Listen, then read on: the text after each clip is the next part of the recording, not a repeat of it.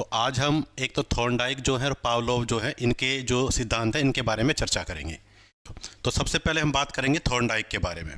तो थॉर्नडाइक और जो पावलोव है बच्चों, इनके जो सिद्धांत है काफ़ी इंपॉर्टेंट है। ठीक है, जैसे जिन पियाजे से काफ़ी क्वेश्चन आते हैं, तो थॉर्नडाइक और पावलोव के भी काफ़ी इंपॉर्टेंट सिद्धांत है, तो इनसे भी क्वेश्चन बनेंगे। तो पहले बच्चों थॉर्नडाइक के बारे में थोड़ी बेसिक सी बात समझो। जो ये थॉर्नडाइक बच्चों थे, ठीक है, E.L. थॉर्नडाइक, एडवर्ड ली थॉर्नडाइक इनका पूरा नाम है, और संयुक्त राज्य अमेरिका के एक शिक्षा मनोवैज्ञानिक है बच्चों ये। ठीक है, मनोवैज्ञानिक है ये अमेरिका के। थॉर्नडाइक ने 1898 ईस्वी में बच्चों अपनी पुस्तक एनिमल इंटेलिजेंस, ठीक है, एनिमल इंटेलिजेंस में एनिमल पर प्रयोग किया। तो इन्होंने एनिमल पर प्रयोग किया था और वो सारी बातें इन्होंने अपनी किताब के अंदर लिखी, जिसका नाम था एनिमल इंटेलिजेंस, यानी जानवरों की बुद्धि। ठीक है, इनकी दूसरी जो किताब है एजुकेशन साइकोलॉजी, बहुत इंपॉर्टेंट है बच्चों ये बुक, इससे क्वेश्चन बन जाते हैं कई बार। एजुकेशन साइकोलॉजी भी इनकी किताब का नाम है। दो किताब है, एक एनिमल के ऊपर है, एक एजुकेशन साइकोलॉजी के ऊपर है। थॉर्नडाइक को शैक्षिक मनोविज्ञान का जनक भी कहा जाता है। जो एजुकेशनल साइकोलॉजी है ना, उसका जनक थॉर्नडाइक को कहा जाता है। बहुत इंपॉर्टेंट क्वेश्चन। तो अगर आपसे पूछे बच्चों एजुकेशनल साइकोलॉजी का जनक किसे कहा जाता है, एजुकेशनल साइकोलॉजी का जनक किसे कहा जाता है, तो आंसर क्या आएगा बच्चों, थॉर्नडाइक। तो थॉर्नडाइक महोदय को एजुकेशनल साइकोलॉजी का जनक कहा जाता है। ठीक है, उसके बाद बच्चों थॉर्नडाइक शुरू में जो बच्चों प्रकार्यवादी संप्रदाय से ये ताल्लुक़ रखते थे, जिसे हम फंक्शनल वाला जो है ये कहते हैं बच्चों। तो प्रकार्यवाद का मतलब है कि बुद्धि के कार्यों पर ये चर्चा करते थे कि बुद्धि कैसे कार्य करती है, फंक्शन कैसे करती है। ठीक है, तो शुरू में ये प्रकार्यवादी थे, लेकिन जब मनोविज्ञान के क्षेत्र में व्यवहारवाद का जन्म हुआ तो ये बाद में व्यवहारवादी बन गए थे। तो ये बात भी ध्यान रखना, वो कौन से आपके मनोवैज्ञानिक हैं जो शुरू में प्रकार्यवादी थे और बाद में व्यवहारवादी बन गए, तो वो बच्चों E.L. थॉर्नडाइक है। ठीक है, समझते हो ना प्रकार्यवादी क्या है। प्रकार्यवादी वो समुदाय है जो मानती है कि अगर आपको बुद्धि का अध्ययन करना है तो बुद्धि के कार्यों पर अध्ययन करो, मतलब बुद्धि से हम क्या कार्य करते हैं, फंक्शनैलिटी पर अध्ययन करो। ठीक है, तो बाद में ये व्यवहारवादी बन गए थे, ये बात ध्यान रखना बच्चों। अब देखो बच्चों थॉर्नडाइक का कौन सा सिद्धांत है बच्चों। ठीक है, तो इनके सिद्धांत के कई नाम है। इनका जो प्रयास और त्रुटि का सिद्धांत, ठीक है, ट्रायल एंड एरर थ्योरी इनके सिद्धांत को कहा जाता है। इसके कई अन्य नाम भी है बच्चों। उद्दीपक अनुक्रिया का सिद्धांत, स्टिमुलस रिस्पॉन्स थ्योरी भी इसे कहा जाता है। उत्तेजना प्रतिक्रिया का सिद्धांत भी इसे कहा जाता है। SR थ्योरी, स्टिमुलस रिस्पॉन्स को शॉर्ट में SR थ्योरी भी कहते हैं। प्रयत्न एवं भूल का सिद्धांत भी कहते हैं, और संबंधवाद का सिद्धांत। सारे थॉर्नडाइक के सिद्धांत के अलग अलग नाम हैं। अब आपको ये अलग अलग नाम याद रखने पड़ेंगे। कई बार वैसे तो प्रयास और त्रुटि का सिद्धांत है, लेकिन कई बार ये वाला नाम ना लिखकर बाकी नाम लिखे आ जाएंगे। ठीक है, तो ये सारे के सारे थॉर्नडाइक का एक ही सिद्धांत के नाम है अलग अलग। प्रयास और त्रुटि का सिद्धांत, उद्दीपक अनुक्रिया का सिद्धांत, उत्तेजना प्रतिक्रिया का सिद्धांत, ठीक है, SR स्टिमुलस रिस्पॉन्स का सिद्धांत, प्रयत्न एवं भूल का सिद्धांत, संबंधवाद का सिद्धांत। थॉर्नडाइक ने मुख्य जो है बच्चों, मुख्य जो इनका जोर है ना, इन्होंने रिस्पॉन्स पे जोर दिया है। रिस्पॉन्स, स्टिमुलस रिस्पॉन्स समझते हो तुम, अभी मैं बताऊंगा क्या मतलब है इसका। ठीक है, अब देखो क्या सिद्धांत इन्होंने दिया है। पहले इनका प्रयोग समझ लो क्या है। प्रयोग इन्होंने जो प्रयोग किया था, तो इन्होंने बिल्ली के ऊपर प्रयोग किया था। ये आपको पिंजरा दिखाई दे रहा है, ये पिंजरा है भाई, और पिंजरे के अंदर भूखी बिल्ली है। ठीक है, और पिंजरे के बाहर मछली रखी हुई है। थॉर्नडाइक का प्रसिद्ध प्रयोग भूखी बिल्ली पर था। बिल्ली को पिंजरे में बंद कर दिया जाता था और पिंजरे के बाहर भोजन जैसे मछली रखी जाती थी। ठीक है, तो मछली रखी गई थी बच्चों पिंजरे के बाहर। मछली इसलिए रखी गई क्योंकि मछली की स्मेल काफ़ी तीखी होती है, तो बिल्ली की नाकों तक पहुंच गई। वैसे तो जानवरों की जो सूंघने की क्षमता होती है वो काफ़ी बढ़िया होती है। बिल्ली को पिंजरे से बाहर निकलना और भोजन प्राप्त करने के लिए कई प्रयास करने पड़ते थे, जैसे कि लीवर दबाना। अब समझो क्या हुआ, यहाँ पे एक लीवर है बच्चों इस पिंजरे के अंदर, तो जब ये बिल्ली इस लीवर को दबाएगी ना तब पिंजरा खुलेगा। तो बिल्ली ने क्या किया, जब बिल्ली को पिंजरे के अंदर रखा तो प्रयास किया बच्चों, इसने प्रयत्न किया। तो हमारे सामने भी कोई प्रॉब्लम आएगी तो हम बार बार प्रयास करते हैं। अब होगा क्या, देखो आप प्रयास कर रहे हो तो जिन प्रयासों से आपको सफलता मिलेगी वो प्रयास आप दोबारा करोगे, जहां आपको सफलता नहीं मिलेगी वो प्रयास आप दोबारा नहीं करोगे। भाई कोई भी प्रॉब्लम आई, जैसे मान लो मैथ का एक सवाल कर रहा हूं, तो मैथ के एक सवाल को अलग अलग तरीके से मैं सॉल्व कर सकता हूं। पहले मैंने एक तरीके से सॉल्व करने की कोशिश की, सॉल्व नहीं हुआ, तो मैं अब वो तरीका नहीं अपनाऊंगा, दूसरा तरीका अपनाऊंगा। बात समझ रहे हो? तो बिल्ली ने क्या किया भाई, पहले तो ये पिंजरे के उधर इधर उधर भागी, फिर ये जो यहाँ पे सरिये रखे हुए हैं इनको इन्हें कुरेचना शुरू कर दिया, ठीक है, दरवाजे को कुरेचना शुरू किया, फिर गलती से इसका पैर लीवर पे पड़ गया, दरवाजा खुला, मछली बाहर आई, बिल्ली बाहर आई, इसने मछली खा ली, ठीक है, यहाँ मान लो मछली रखी हुई है, यहाँ मछली रखी हुई, फिर दोबारा बिल्ली को पिंजरे के अंदर बंद किया, फिर बाहर मछली रख दी, बिल्ली ने फिर वही काम किया, ठीक है। तो बार बार बिल्ली ने प्रयत्न किया। अब बिल्ली को बाद में एक समय के बाद बिल्ली को पता चल जाता है कि इस लीवर पे जब मेरा पैर पड़ रहा है ना तो दरवाज़ा खुल जा रहा है। तो कुछ ट्रायल के बाद बिल्ली ने सीधा जब मछली देखी बाहर तो बिल्ली सीधी आई, लीवर पे पैर रखा, पिंजरा खुला, इसने मछली प्राप्त कर ली, ठीक है। हाँ, जैसे तुम भी बार बार प्रयास करते हो, कोई भी चीज़ हमें प्राप्त करनी हो तो बार बार प्रयास करना जरूरी है, एक बार में हार नहीं मानना। जानवरों से हमें ये सीखना चाहिए, ठीक है। तुमने जैसे बेस्ट एग्जांपल देते, मकड़ी है, मकड़ी बार बार जाला बुनती है, कई बार उसका जाला टूटता है, कई बार तो हम ही तोड़ देते हैं, तो बार बार प्रयास करती है, तो बार बार प्रयास करना है, ठीक है। समझ गए तुम? अब देखो भाई थॉर्नडाइक के सीखने के नियम, तो जो इन्होंने नियम दिए हैं ना, इन्होंने 3 तो प्रमुख नियम दिए हैं और बाकी आपके गौण नियम है, ठीक है। तो मुख्य प्राथमिक नियम, तो 2 प्रकार के नियम दिए, किससे रिलेटेड है? लर्निंग से रिलेटेड है बच्चों। ये सिद्धांत क्या बताता है? लर्निंग से रिलेटेड, लर्न कैसे करते हैं हम, सीखते कैसे हैं, ठीक है, अपनी भूलों से कैसे सीखते हैं, मेहनत करके कैसे सीखते हैं, अभ्यास से कैसे सीखते हैं। तो बहुत ही बढ़िया इनका सिद्धांत है और जीवन में भी आपको बहुत कुछ ये बताएगा। तो 3 मेन नियम है बच्चों, तत्परता का नियम, अभ्यास का नियम, प्रभाव का नियम।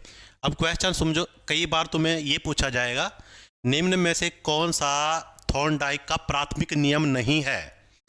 तो तत्परता का भी है, अभ्यास का भी है, प्रभाव का भी है। Law of readiness, law of exercise, law of effect.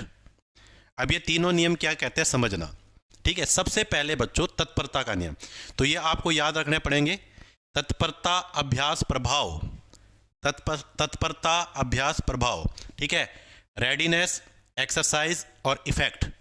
अब समझो एक एक करके इनके बारे में मैं बात करता हूं। सबसे पहले बिल्कुल आसान से नियम है बच्चों, आम लाइफ में ये लागू होंगे, आप समझोगे, ठीक है। तत्परता का नियम, लॉ ऑफ रेडीनेस, कोई भी व्यक्ति किसी विषय वस्तु को तब तक नहीं सीख सकता जब तक वह उस विषय वस्तु को सीखने के लिए तैयार ना हो। बहुत ही बढ़िया बात कह रखी है भाई, तब तक आप वो चीज़ नहीं सीख सकते जब तक आपके मन में उस चीज़ को सीखने की इच्छा ना हो, ठीक है, आप उसके प्रति आपके अंदर एक्साइटमेंट ना हो तो आप नहीं सीख सकते, ठीक है। जैसे मान लो कोई भी चीज़ है, जैसे पढ़ाई की बात कर लो, तो कुछ बच्चे ऐसे होते हैं उन्हें पढ़ाई में इंटरेस्ट है, वो उसको सीखने के इच्छुक है।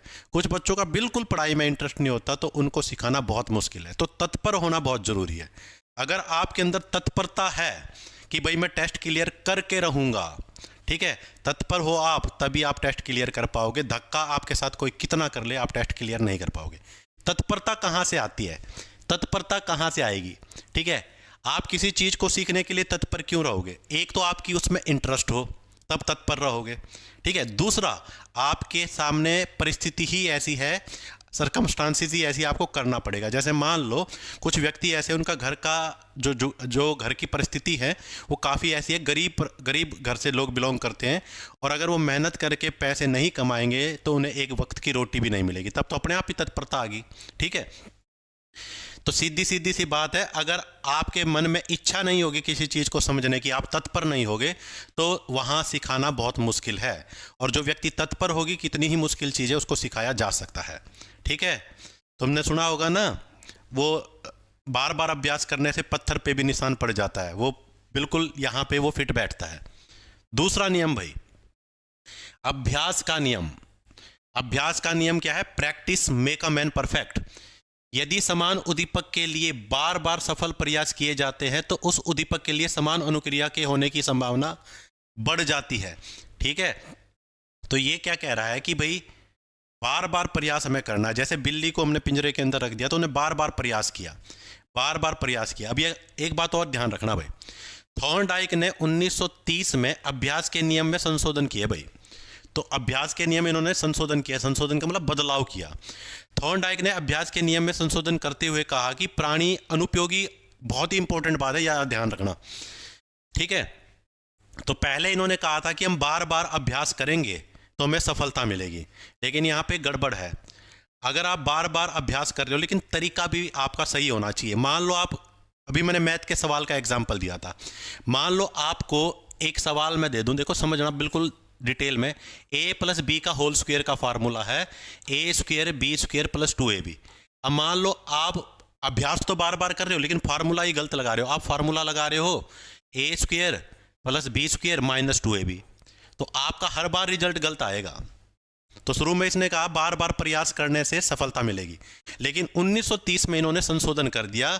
इन्होंने कहा कि भाई हम जब बार बार अभ्यास करते हैं ना, तो वांछनीय अगर हमें रिजल्ट मिलते हैं, हमारे हक में रिजल्ट मिलते हैं, तो वो क्रिया तो हम दोहराते हैं, और जहां पे मुझे पॉजिटिव रिजल्ट नहीं मिलता वो क्रिया हम नहीं दोहराते। दोबारा ध्यान से सुनो, थॉर्नडाइक ने अभ्यास के नियम में संशोधित करते हुए कहा प्राणी अनुपयोगी अनुक्रियाओं को फिर से नहीं दोहराता और उपयोगी अनुक्रियाओं को वो दोहराता है। मतलब जो आपके काम की चीज है उसको तो आप बार बार रिपीट करोगे, और जो काम की चीज नहीं है उसको रिपीट नहीं करोगे। काम की चीज कौन सी है सर?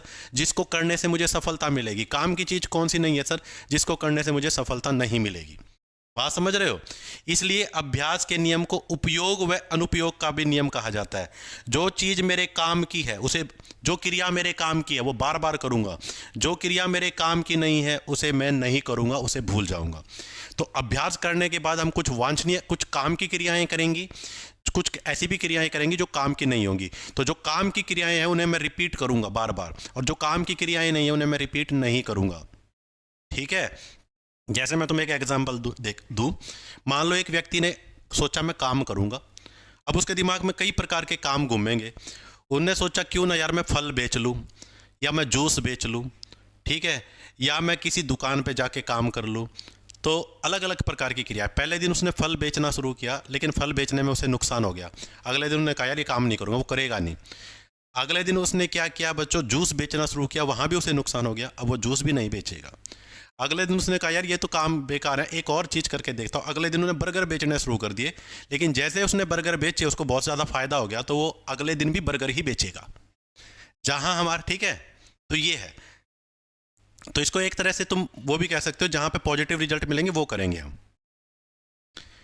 तो अभ्यास के नियम का दूसरा नाम क्या है? उपयोग अनुपयोग का use, law of use and disuse बच्चों। तो अभ्यास के नियम में संशोधन कब किया बच्चों? 1930 में।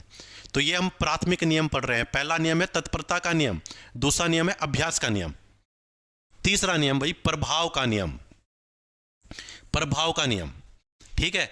प्राणी को अनुक्रिया करने के बाद यदि परिणाम सुखद या संतोषजनक है तो अनुबंध मजबूत होता है, और यदि परिणाम दुखद या असंतोषजनक है तो अनुबंध कमजोर हो जाता है। अनुबंध का मतलब क्या है बच्चों?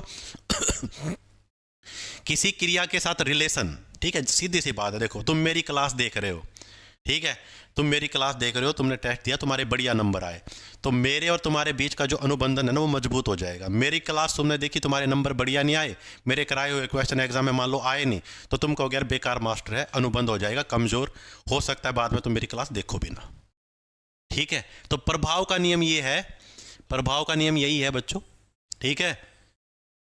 पिछले की तरह ही है, अगर पॉजिटिव रिजल्ट आएगा तो आप बार बार रिपीट करोगे, अनुबंध मजबूत हो जाएगा, उस क्रिया को आप और उत्साह से करोगे। जहां पे आपको पॉजिटिव रिजल्ट नहीं मिलेंगे तो आपका जो अनुबंध है, ठीक है, क्रिया के साथ जो आपका सहचर है वो वीक पड़ जाएगा।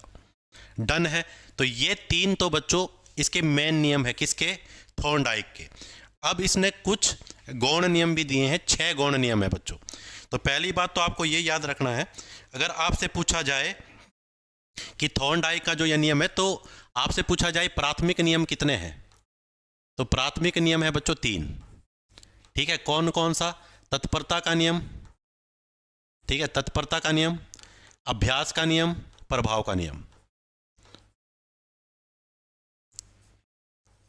ठीक है, बिल्कुल सही बातें कही हैं ये, तुम देखो खुद अपनी डेली लाइफ से इनको आप रिलेट करके देखो, बिल्कुल सही बातें। अब 3 नियम है, 6 नियम है बच्चों गौण। कितने नियम? 6। 1, 2, 3, ठीक है, 4, 5 और 6। 6 गौण नियम है, ठीक है। गौण नियम जो है ना बच्चों हमारे पास सेकेंडरी, जो इसके जो लॉ है वो प्राथमिक नियम से ही बनाए गए हैं। तो 6 गौण नियम है, ठीक है। बहु अनुक्रिया का नियम, आंशिक क्रिया का नियम, तत्व प्रबलता का नियम, साहचर्य परिवर्तन का नियम, मनोवृत्ति का नियम, दृष्टिकोण का नियम भी कहते हैं इसे, मानसिक विन्यास का नियम भी कहते हैं इसको, आत्मीकरण का नियम और सादृश्यता का नियम। तो ये 6 गौण नियम है। अब थोड़ा थोड़ा इनके बारे में भी चर्चा करेंगे हम, ठीक है। हालांकि बुक में इतनी ये डिटेल में आपको नहीं मिलेंगे, लेकिन फिर भी इनसे क्वेश्चन आएगा तो आप बहुत अच्छी तरह कर पाओगे।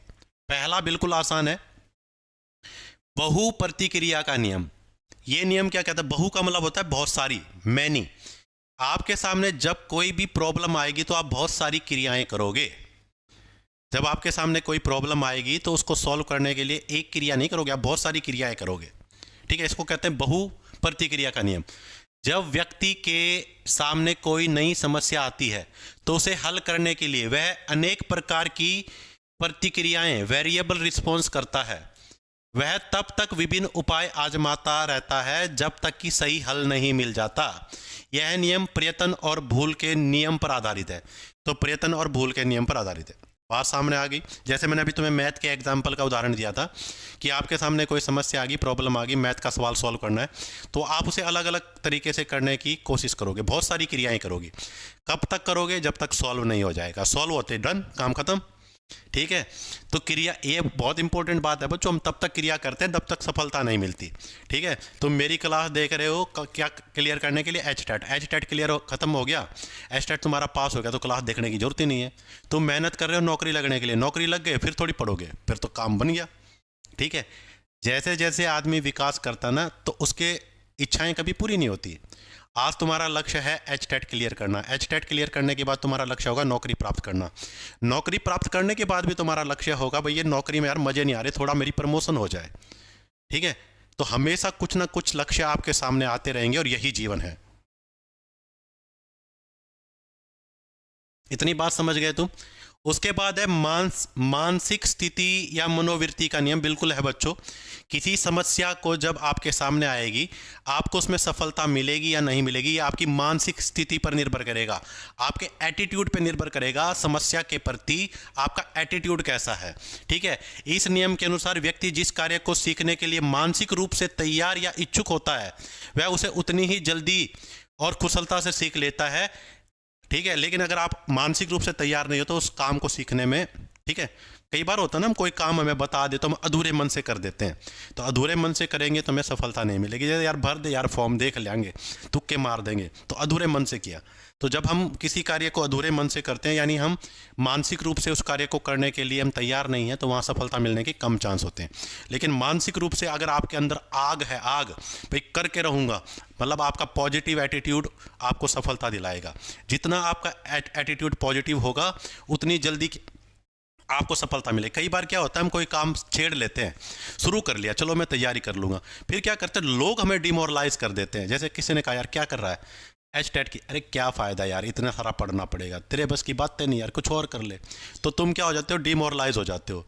तो आपका मानसिक जो संतुलन है वो बिगड़ना नहीं चाहिए, आपका एटीट्यूड इतना स्ट्रांग होना चाहिए, चाहे लोग कुछ भी कहें, हाँ मैं करके रहूँगा।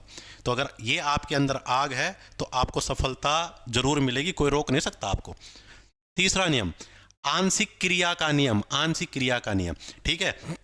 तो जब हम कोई प्रॉब्लम हमारे सामने आएगी, कोई प्रॉब्लम हमारे सामने आएगी तो हम बहुत सारी क्रियाएं करेंगे, लेकिन उनमें से कुछ काम की क्रियाएं होंगी और कुछ हमारे कम काम की क्रियाएं होंगी। तो जो मेन क्रियाएं हैं वो करेंगे हम, जो मेन क्रियाएं वो करेंगे, ठीक है। जैसे समझो, आंशिक क्रिया का नियम मैं तुम्हें बताता हूं। तुम बुक ले आए तो कौन सा बच्चा ऐसा जो पूरी बुक पढ़ता? नहीं पढ़ता। तुम इस बुक में से नोट्स बनाओगे, मेन पॉइंट लिखोगे, तो जो मेन पॉइंट तुम्हारे काम के हैं उनको तुम ज़्यादा पढ़ोगे, और कुछ ऐसे चीज़ें होंगे जो कम काम के उनको एक बार पढ़ के छोड़ दोगे। इसको कहते हैं आंशिक क्रिया का नियम। इंपॉर्टेंट चीज़ों पर ज़्यादा जोर देना, ठीक है, इंपॉर्टेंट चीज़ों मतलब आपके सामने जो आपको किसी भी समस्या का समाधान करना है तो उसको सॉल्व करने के लिए आपको बहुत सारी क्रियाएं करनी पड़ेंगी। उनमें से कुछ क्रियाएं काम की है और कुछ क्रियाएं काम की नहीं है, मतलब आधी क्रियाएं करोगे आप, कुछ क्रियाएं करोगे, तो इसको कहते हैं आंशिक क्रिया का नियम। ठीक है, इस नियम का अर्थ है कि किसी बड़े कार्य या समस्या को छोटे छोटे भागों या अंशों में विभाजित करके सीखना आसान हो जाता है। सीखने वाला स्थिति के महत्वपूर्ण पहलुओं पर चुनिंदा रूप से प्रतिक्रिया करता है। ठीक है, तो इसका यही बात है। इसको थोड़ा और इन्होंने अलग तरीके से बताया कि भाई कोई भी समस्या आई तो आप उसे छोटे छोटे टुकड़ों में तोड़ोगे। यानी मान लो कि कोई भी समस्या है जब आपको HTET क्लियर करना है तो आप छोटे छोटे टुकड़े बना लोगे, क्या करूंगा मैं। ठीक है, पहला आपने बनाया भाई मैं बुक खरीद लूंगी या खरीद लूंगा। दूसरा आपने बनाया कि मैं वीडियो देखूंगी यूट्यूब पे या देखूंगा यूट्यूब पे वीडियो। तीसरा आपने बनाया रोज रिवीजन करूंगा। ठीक है, चौथा आपने बनाया कि भाई बुक में हिंदी भी पढ़ूंगा, इंग्लिश भी सब पढ़ूंगा। तो आपने बहुत सारी चीज़ों में बांट दिया। अब इनमें से आप मेन देखोगे कौन सी ज़्यादा इंपॉर्टेंट है, कौन सी ज़्यादा इंपॉर्टेंट है। ठीक है, ये चीज़ है। बाकी चीज़ की किसकी ओर मिला, तो इसको कहते हैं आंशिक क्रियाओं का नियम। कोई भी प्रॉब्लम आएगी तो उसको सॉल्व करने के लिए आपको बहुत सारी क्रियाएं करनी पड़ेंगी। या इस बात को ऐसे कर लो, कोई भी प्रॉब्लम आएगी उसे हम छोटे छोटे टुकड़ों में तोड़ देंगे। हर टुकड़ा एक क्रिया है। जो काम की क्रिया है उस पर ज़्यादा जोर देंगे, जो काम की नहीं है उस पर ज़्यादा जोर नहीं देंगे। ठीक है, इसी प्रकार आपके जीवन में भी बहुत सारे लोग हैं, आप बहुत सारे लोगों के साथ इंटरेक्ट करते हो। जो काम के लोग हैं उनको ज़्यादा समय दो, जो आपके प्यारे हैं, आपके मित्रगण हैं, आपके माता पिता हैं, और जो काम के नहीं हैं उनको समय कम दो। ठीक है, तो यही जीवन है। जो बेकार के लोग हैं उन पे अपना समय कभी खराब मत करो। जिसे आपकी कदर नहीं है उसके लिए एक पल भी मत दो। ठीक है, HTET के फॉर्म कब भरे जाएंगे, तो जो न्यूज़ है बच्चों, HTET जो कराने के लिए जो मैंने एक वीडियो देख रहा था वो कह रहे, तो गवर्नमेंट के अकॉर्डिंग दिसंबर जनवरी में HTET कराने की सोच रहे हैं। ठीक है, तो इस हिसाब से जो फॉर्म भरे जाने चाहिए वो नवंबर में भरे जाने चाहिए। नवंबर नहीं तो दिसंबर के फर्स्ट वीक में भरे जाने चाहिए। ठीक है, तो ऐसा तो ये कह रहे हैं लेकिन टाइम लगेगा। तो नवंबर के एंड में या दिसंबर के फर्स्ट वीक में मेरे हिसाब से फॉर्म भराए जाने चाहिए। अब बाकी बच्चों गवर्नमेंट सरकार के ऊपर है। अब देखो बच्चों, आत्मीकरण का नियम, लॉ ऑफ एसिमिलेशन।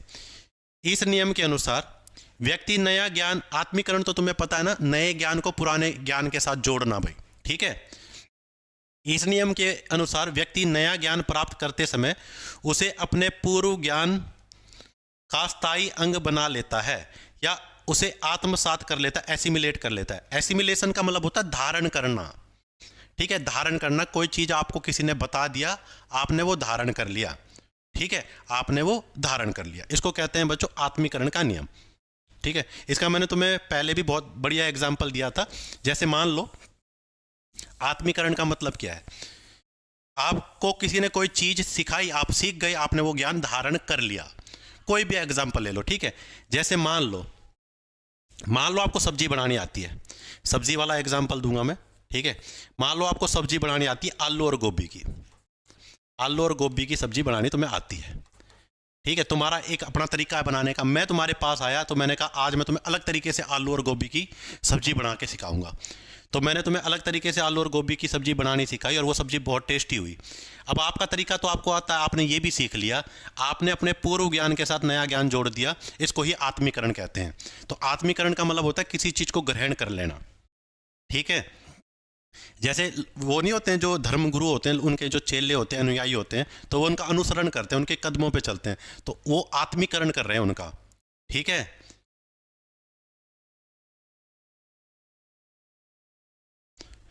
डन है ये बात। छठा नियम है बच्चों साहचर्य परिवर्तन का नियम, बहुत इंपॉर्टेंट है बच्चों ये, लॉ ऑफ एसोसिएटिव शिफ्टिंग।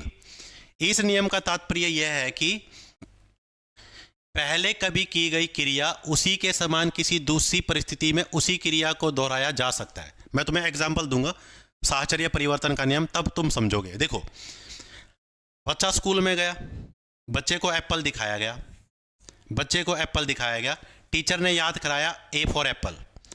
ए नहीं दिखाया अभी बच्चे को केवल एप्पल दिखाया, तो टीचर ने कहा ये है A for Apple, A for Apple है। ठीक है, ए फॉर एप्पल है। बच्चे को पता चल गया भाई जो ये ऐसी सेब को, इसको एप्पल कहते हैं, और इसको बच्चे को टीचर ने बोला ए फॉर एप्पल, तो बच्चे के मन में ये छप गया कि ये ए फॉर एप्पल है। ठीक है, अब कुछ दिन बाद बच्चे को ये ए दिखाया गया, टीचर ने बताया ये ए है, और टीचर ने फिर कहा A for Apple, A for Apple.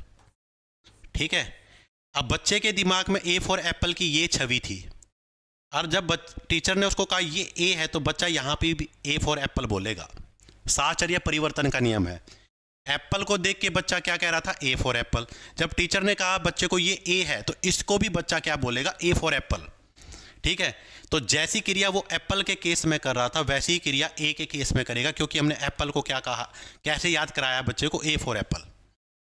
ठीक है, तो मैं बच्चे को ए फॉर एप्पल याद करा दिया मैंने। उसके बाद मैंने बच्चे को कहा ए, और मैंने बच्चे से पूछा ए फॉर, तो वो एप्पल ही कहेगा। इसे कहेंगे साहचर्य परिवर्तन का नियम। जो क्रिया एप्पल के साथ कर रहा था बच्चा, वही उसने ए के साथ किया, क्योंकि हमने क्या किया, परिस्थिति समान रखी। यहाँ भी मैं कह रहा था ए फॉर एप्पल, यहाँ भी मैंने पूछा बच्चे से ए फॉर, तो उसने एप्पल ही कहा। क्या ये बात तुम समझे? ठीक है, फुल सिलेबस यूट्यूब पे कराऊंगा बच्चों। क्या ये तुम समझे? हाँ या ना बोलो, फिर आगे चलेंगे हम। तो ये थॉर्नडाइक के हमने मेन प्राथमिक नियम भी पढ़ लिए और गौण नियम भी पढ़ लिए।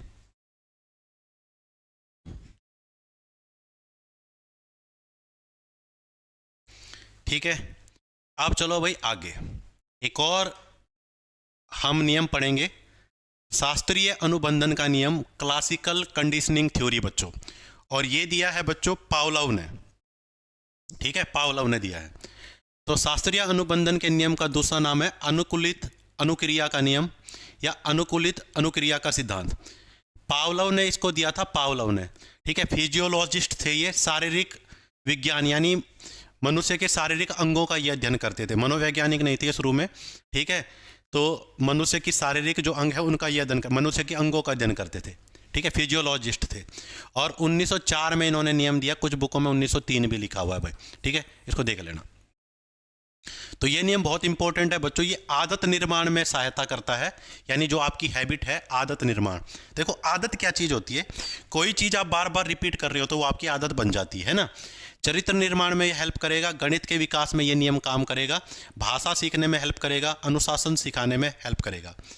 यानी ये प्रैक्टिस पे जोर देता है, बार बार क्रिया करने पर जोर देता है शास्त्रीय अनुबंधन का नियम। ठीक है, अब तुम्हें इसके बारे में क्या इन्होंने प्रयोग किया था ये भी तुम्हें पता होगा। कुत्ते के ऊपर इन्होंने प्रयोग किया था। ठीक है, पावलोव ने कुत्ते के ऊपर प्रयोग किया। ठीक है, पावलोव महोदय जा रहे थे और रास्ते में कुत्ते ने इनका पाँव पकड़ लिया। कुत्ते ने क्या पकड़ लिया, पाँव पकड़ लिया। तो याद रखना पावलोव ने किस पे, कुत्ते के ऊपर क्या किया था, इन्होंने एक्सपेरिमेंट किया था। और अब हम एक्सपेरिमेंट देखेंगे, बहुत इंपॉर्टेंट एक्सपेरिमेंट है इनका बच्चों। ठीक है, तो अभी थोड़ा समझो।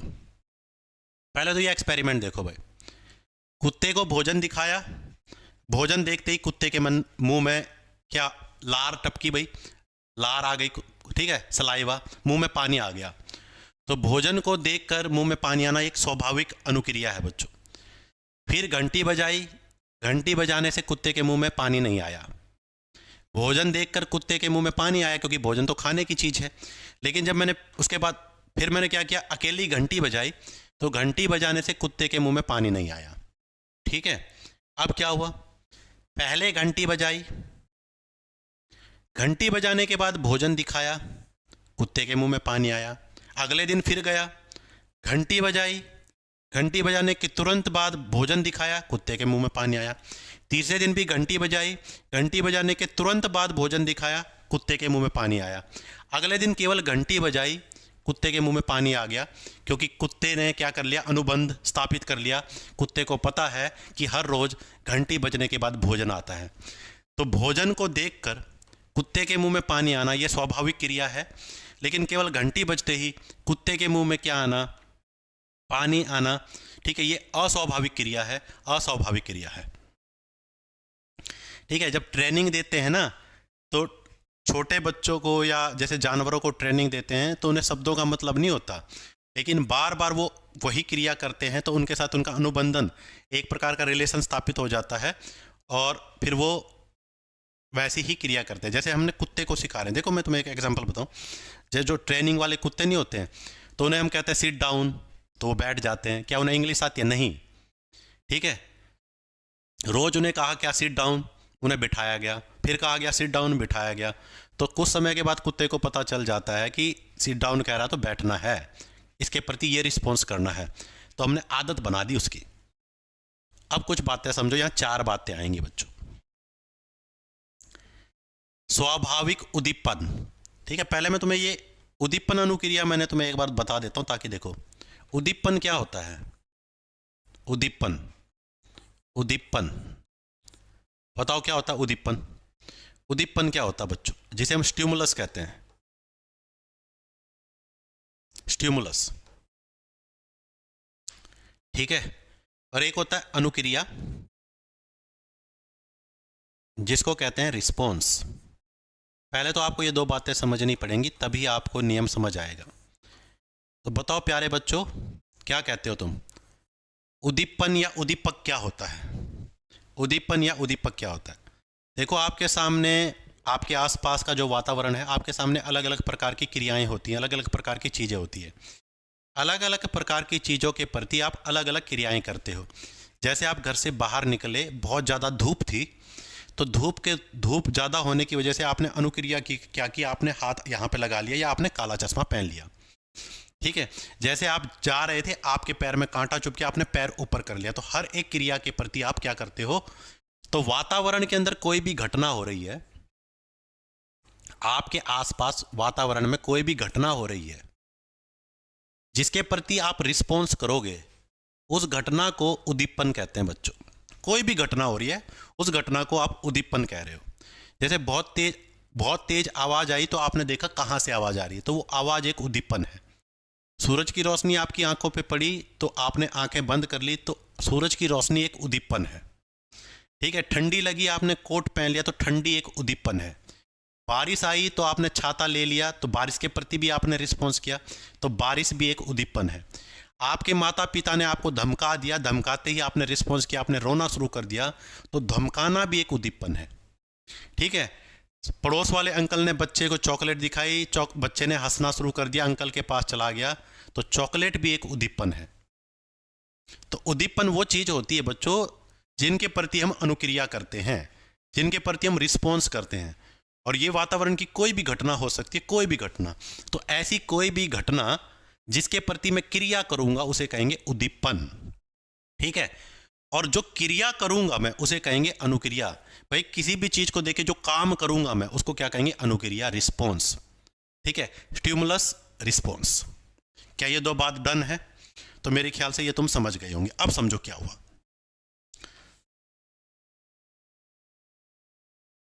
ठीक है। स्वाभाविक उद्दीपन था बच्चों भोजन। स्वाभाविक उद्दीपन क्या था, भोजन। और स्वाभाविक प्रतिक्रिया क्या था बच्चों, मुंह में पानी आना, लार आना, कुत्ते का मुंह से लार टपकना, मुंह में पानी, ठीक है। अस्वाभाविक उद्दीपक क्या था बच्चों, घंटी। और अस्वाभाविक प्रतिक्रिया क्या थी, घंटी बजने पर मुंह पर पानी आना, मुंह में पानी आना भोजन को देखकर, भोजन को देखकर। ये 4 बातें आपको याद रखनी पड़ेंगी बच्चों। घंटी बजने पर मुंह में पानी आना,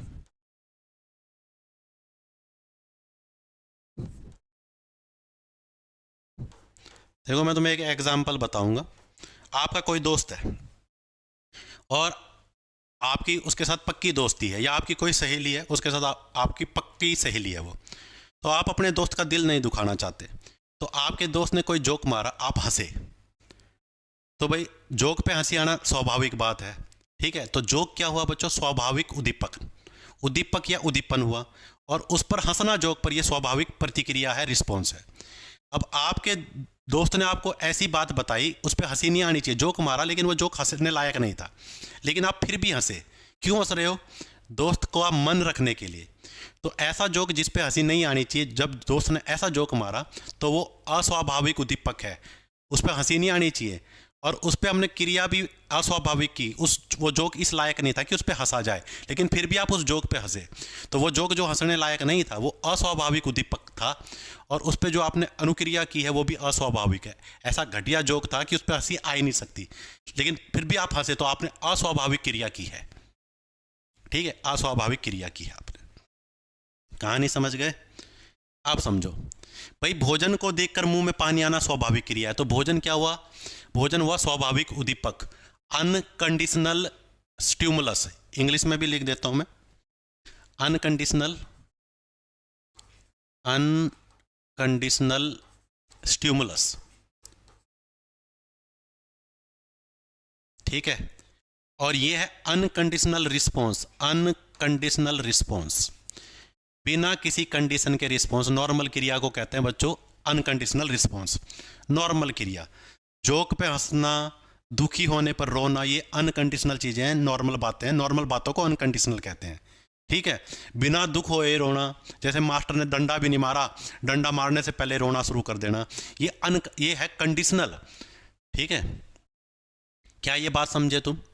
भोजन अनकंडीशनल स्टिमुलस है और भोजन को देख के मुंह में पानी आना अनकंडीशनल रिस्पॉन्स है। अस्वाभाविक, जो नॉर्मल ना हो उसे अस्वाभाविक कहते हैं। घंटी बच्चों अस्वाभाविक उद्दीपन है, और घंटी को देखते ही मुंह में पानी आना आपका क्या है बच्चों? अस्वाभाविक प्रतिक्रिया है। इसको कहेंगे कंडीशनल रिस्पॉन्स, कंडीशनल रिस्पॉन्स। ठीक है, बिना बात के दोस्त की बात पर हंस रहे हो, ये कंडीशनल आपका क्या है बच्चों? स्टिमुलस है। देखो एस फॉर स्टिमुलस है। ठीक है, और यहां पे क्या हो जाएगा बच्चों? Conditional response. ये चीजें आपको चारों समझ आ गई तो आपको थ्योरी भी समझ आ गई, कहानी खत्म हो जाएगी। अगर ये चारों चीजें आपको नहीं समझ आई तो आप नहीं समझ पाओगे। किस किस को ये बात समझ आ गई? नॉर्मल बात, ठीक है, अनकंडीशनल स्टिमुलस। नॉर्मल बात पे जो प्रतिक्रिया की वो अनकंडीशनल रिस्पॉन्स।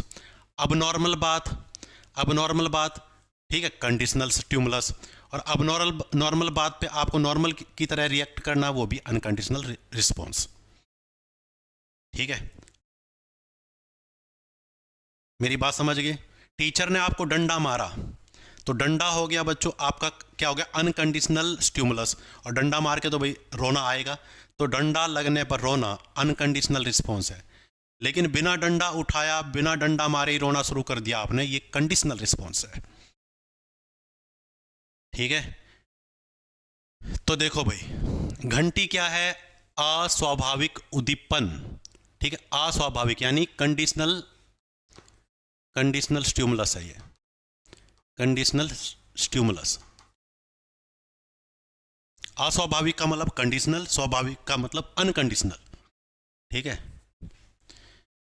खाना क्या है बच्चों? स्वाभाविक उद्दीपन यानी अनकंडीशनल स्टिमुलस।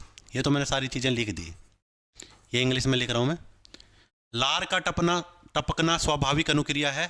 ठीक है, स्वाभाविक अनुक्रिया का मतलब है नॉर्मल रिस्पॉन्स है। ये नॉर्मल रिस्पॉन्स कह लो या अनकंडीशनल रिस्पॉन्स कह लो, लेकिन लार का टपकना, भोजन पे लार का टपकना अनकंडीशनल है, घंटी पे लार का टपकना कंडीशनल है।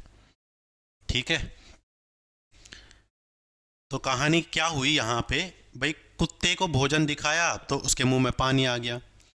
फिर हमने कई दिनों तक एक क्रिया की, पहले घंटी बजाई, फिर कुत्ते को भोजन दिखाया, उसके मुंह में पानी आ गया। भोजन को देखकर कुत्ते के मुंह में पानी आना नॉर्मल बात है, लेकिन बार बार हम घंटी के बाद भोजन दिखा रहे थे। एक दिन हमने क्या किया? घंटी बजाया, तो कुत्ते के मन में, दिमाग में ये था कि घंटी के बाद तो रोज भोजन आता था, तो उसे लगा कि भोजन आएगा, तो घंटी की आवाज़ सुनते ही उसने रिस्पॉन्स करना शुरू कर दिया।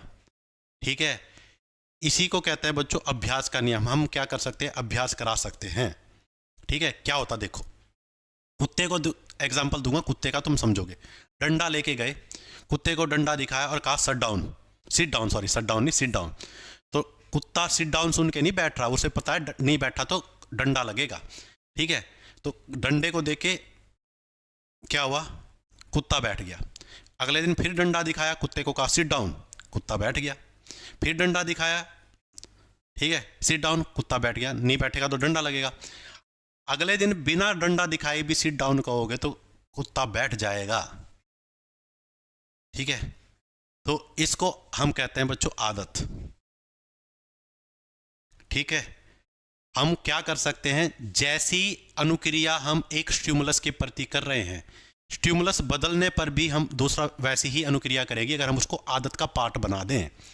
जैसी अनुक्रिया कुत्ता भोजन को देखकर कर रहा था, भोजन स्टिमुलस था, अब मैंने स्टिमुलस बदल के घंटी ले आया तो घंटी को देखकर भी वो ऐसी ही अनुक्रिया कर रहा है, क्योंकि घंटी और भोजन के बीच में मैंने संबंध स्थापित कर दिया, क्योंकि घंटी बजाने के बाद में भोजन क्या कर रहा था, दे रहा था कुत्ते को। ठीक है।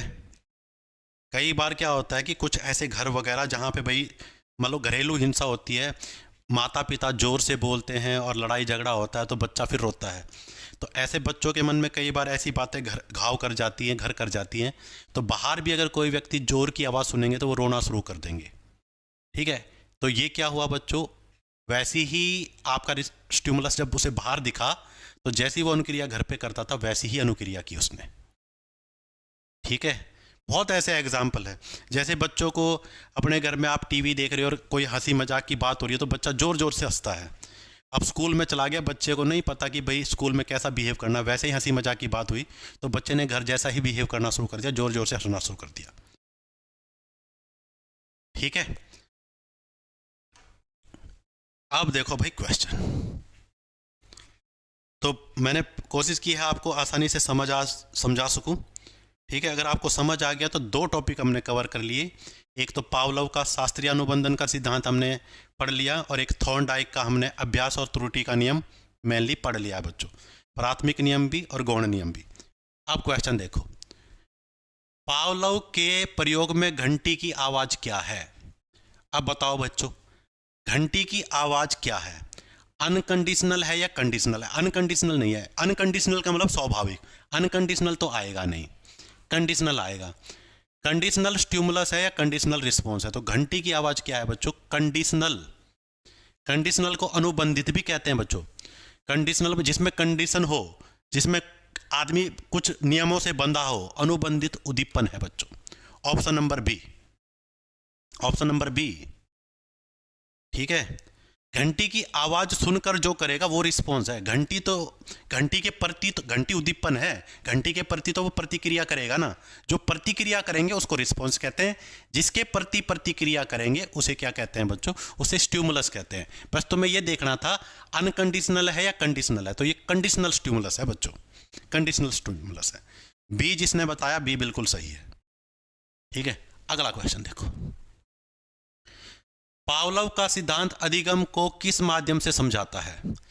Trial and error, insight, association between stimuli, reinforcement.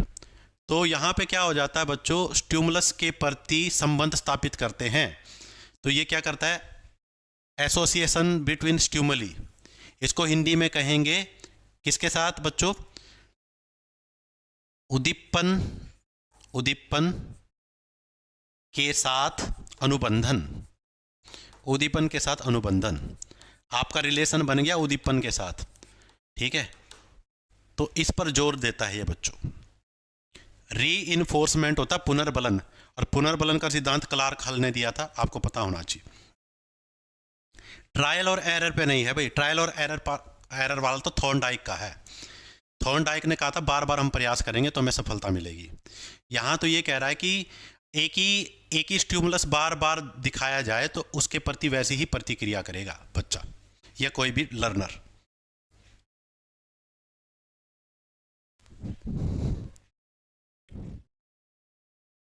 ठीक है। अच्छा, इसके ऑप्शन इंग्लिश में लिखे हुए हैं, एक आधे की गलती से टाइप हो गए, तो चलो जिसके हिंदी और इंग्लिश दोनों में होंगे वो देखो। ये वाला क्वेश्चन देखो, कोई बात नहीं मैं ठीक कर दूंगा इनको। ये वाला देखो, तो एक दो क्वेश्चन और देख लो, क्लास का लगभग आज टाइम हो ही गया है। अभ्यास का नियम किस पर बल देता है, लॉ ऑफ एक्सरसाइज। अभ्यास से अधिगम मजबूत होता है, पुरस्कार प्रेरणा बढ़ाता है, दंड व्यवहार को समाप्त करता है, समझ मुख्य तत्व है। बताओ क्या आंसर देते हो इसका। हिंदी में भी देख लो भाई, ये हिंदी में है। प्रैक्टिस जो है वो स्ट्रेंथ करती है आपकी लर्निंग को, reward increase motivation, punishment removes behaviour, और अंडरस्टैंडिंग इज मेन फैक्टर। ए बहुत बढ़िया। तो अभ्यास का नियम जो है थॉर्नडाइक का, वो क्या कहता है, अभ्यास से अधिगम मजबूत होता है। इसका मतलब भाई एक एक चीज़ नहीं लगता तुम्हें, जो ये थॉर्नडाइक का नियम है ना, ये बार बार अभ्यास करने पर बल दे रहा है, मतलब एक प्रकार से रट्टा मारने पर बल दे रहा है। जैसे बच्चों को हम छोटी क्लास में अभ्यास नहीं कराते थे टेबल पढ़ाकर, हम पहली या दूसरी क्लास से, जब हमारे टाइम में ना पहली दूसरी क्लास से टेबल पढ़ाना शुरू कर देते थे। हालांकि मुझे उन अक्षरों का मतलब भी नहीं पता था, लेकिन बार बार अभ्यास करा के वो याद करा दिए जाते थे। ठीक है, 2 1 जा 2, 2 2 जा 4, तुमने तो ऐसे पढ़ा होगा। हमें हिंदी में पढ़ाते थे 8 7 56, 8 8 64, फिर वो ना बार बार अभ्यास करके वो दिमाग में सेट हो जाता था। तो कोई सपने में भी पूछता ना 8 8, तो मुंह से 64 ही निकलता था। थॉर्नडाइक की है ये बार बार अभ्यास। ठीक है, मतलब बेशक से ना पता हो, लेकिन बार बार अभ्यास करोगे तो चीज़ें जरूर याद हो जाती है। ठीक है, पावलोव का प्रयोग मुख्यतः किस प्रकार के अधिगम को समझाता है? संज्ञानात्मक अधिगम, ठीक है, भावात्मक प्रतिवर्ती अधिगम, प्रयास और भूल द्वारा अधिगम, ठीक है, परिचालनात्मक अधिगम, ठीक है, cognitive learning, emotional reflexive learning, trial and error वाली लर्निंग, ऑपरेंट लर्निंग। बताओ इस क्वेश्चन का क्या आंसर देते हैं?